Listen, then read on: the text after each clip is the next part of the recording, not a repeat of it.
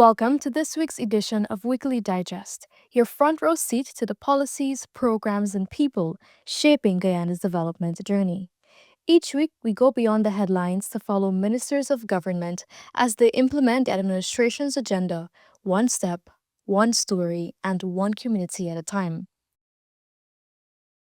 Guyana's aviation sector is set for a major upgrade with the arrival of two new aircrafts. The aircraft procured by Roraima Airways was designed and manufactured in Italy. Speaking at the launch on Saturday, Minister of Public Works, who also has responsibility for the aviation sector, Bishop Juan Edghill, pointed to ongoing infrastructure development to support aviation growth. We're building out new airstrips, and we will continue to build out new airstrips so that we could get the length of runway for bigger planes carrying more persons. We'd want to extend congratulations to the Roraima Group, Roraima Air Operators, for taking the lead in many regards in pursuing a development agenda that smoothly synchronizes alongside Guyana's overall development and modernization.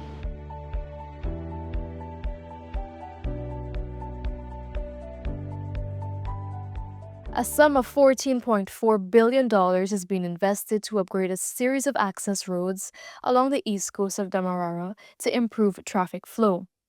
While engaging residents on Tuesday, Minister of Public Works Bishop Juan Edghill underscored the significance of these infrastructural works. The development agenda is not a second-class, bottom-shelf agenda. It's a priority.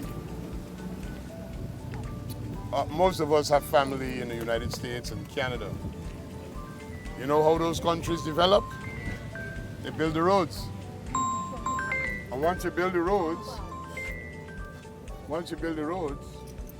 the people find ways and means of developing businesses, supermarkets, entertainment centers, hotels, private developers, schools, hospitals, but you got to put in the infrastructure.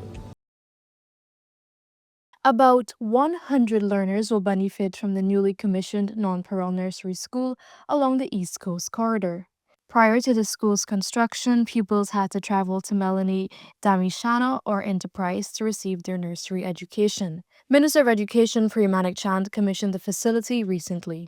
But although we don't have compulsory nursery education, more than 90% of that age cohort in the country, nursery age children, are registered and attending a nursery school.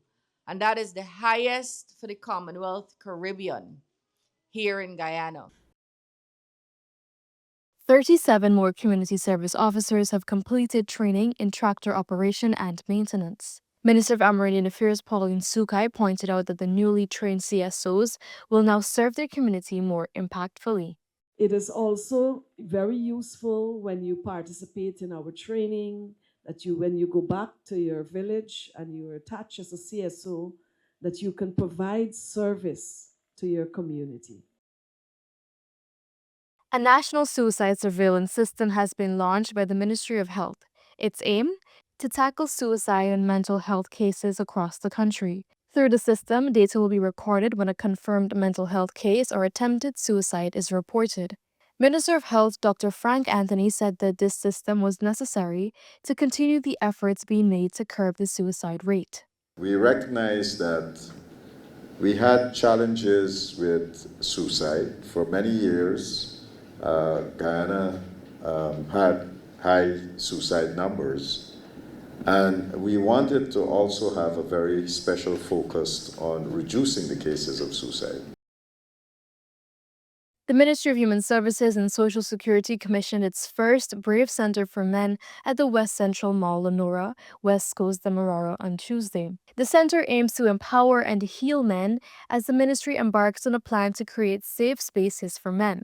Minister of Human Services and Social Security Dr. Vindya Prasad said this is part of tackling the issue from the roots. This is not something where we are only addressing men or women.